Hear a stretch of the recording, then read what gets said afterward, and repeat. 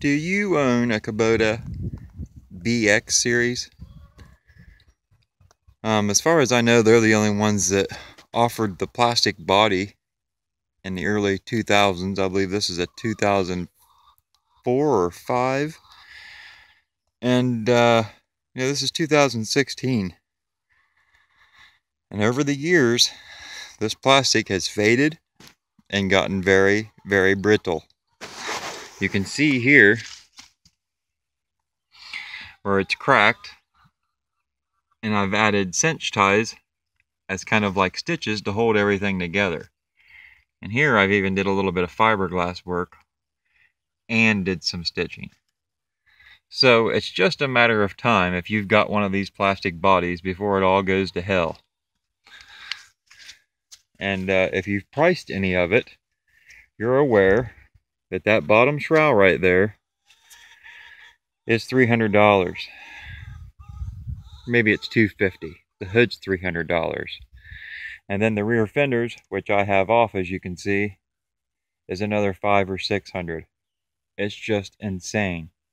And to imagine I'm going to have to do this every 13 years isn't going to happen. It's not. And when I called about the metal parts, they even told me you may have to modify the metal parts to get them to fit your BX because they're not specifically made for it. So what I have done is I tore all the rear fenders off because it was just in horrible shape. I mean, the fenders were flapping. It was in bad shape. And I pulled it over here to where I have did some serious fiberglass work. Now, if we look here, you can see the crack. I mean, it went from here all the way up, right around through there, came up and around here. I mean, it was pieces. I had to piece it back together like a puzzle. And it's the same thing on this fender over here. Now underneath, let me stand it up here. Underneath, I also gave it a coat of fiberglass to add a little bit of strength. And if you've never did fiberglass work, it was my first time, and it really wasn't that hard. You clean the area really good and you sand it down, and then it's about like paper mache. You just keep adding layers, and then if you have to let it set and dry, you just sand again before you start again. Over here is a pretty good size area, and I'm going to sand this all smooth. I started sanding this even. And then we're going to apply some Bulldog adhesive promoter. And this helps your paint stick to plastic, galvanized vinyl, aluminum, plastics, chrome, glass, anything you paint this on, and then follow, once this dries, with your aerosol paint, it'll stick. So I've ordered 1 can of Kubota orange paint, which costs $15 for 1 aerosol can. And I'm going to recoat it with this, paint it orange, and throw it back on. I'm not spending $600 for that particular piece. That's just nuts. So we're going to try and fix it this way and see what happens. And I'm going to get back to sanding, and I'll turn the camera back on as the procedure progresses. Okay, I just applied almost a full can of Bulldog to this. I did 2 coats. I want to make sure the paint sticks very well. You see it kind of took on a little bit of a shine, almost brought the orange back to what it was when we got it. So we'll let this cure probably 24 hours before I paint it. And we'll go from there. Okay, well, my paint came in. We're getting ready to paint it up, but the very first thing before I paint, I want to put masking tape over all my stickers. Kubota wants $33,000 for these stickers, and I'm not going to pay for them. No, I'm just kidding. I don't know how much they are, but with the prices of Kubota parts and the ridiculous price of this plastic, I'm afraid to ask how much the replacement stickers are, so I'm just going to paint or tape over them with some masking tape. Use an X-Acto knife or something to trim them out real nice. I learned a long time ago when I used to do a little bit of finish work on furniture. The The final job comes out in the detail.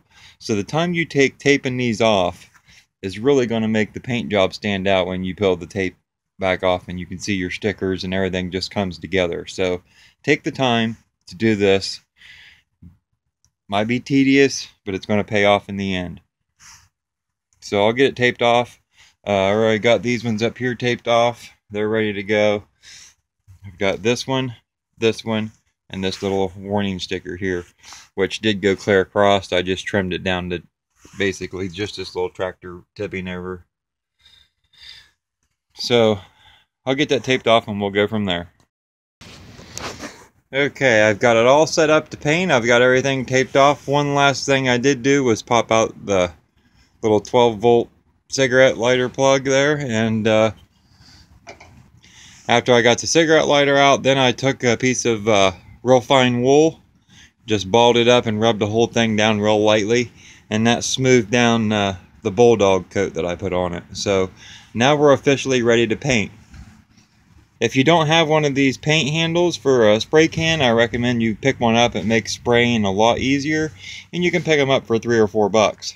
It just snaps right on the top of any paint can, so they're pretty universal and come in handy on down the road. So you don't want to apply all this at one time. We're going to build it up in slow, even coats across the whole body. I'm going to go ahead and get started, and we'll catch you back up here in a few minutes. Okay, in just about 2.5 to 3 minutes, I put on the first real thin coat, and it's so thin you can see that you can still see the tape. So that's a good thing. We don't want to create any runs. Give it about 15-20 minutes and it should tack up enough that we can hit her again. Okay, so we've got it sitting back on there. I want to apologize for the wind. It looks a lot better. The paint did make me see that I could have did a better job sanding, but at the same time I didn't want to take too much material away from there because that's where I'd built it up and made it a little bit beefier than it was before. Here's the other side. So now just to reassemble everything. Okay, so here we are. I've got her back together. One thing I thought was a little bit ridiculous, but these handles, I called Kubota when I was taking them off because there's a nut glued up inside of here. And this bolt on both sides was turning the nut inside the handle because the glue broke free. Kubota told me I'd have to take a Sawzall and cut them off and then come in and buy... And then I'd have to come in and buy new handles, which is this whole piece. And they actually weren't priced too bad. They were $31. But I found out that if you drill a hole in the side and you put a screw in there to hold the nut, you're able to take them off. So that saved me the money. And then I'll just get some little plugs or something to put in them holes. But besides that, it looks pretty good. Came out a lot better than it looked before with all them cracks. I'm going to get new tail lights. Those are $55 for both of them.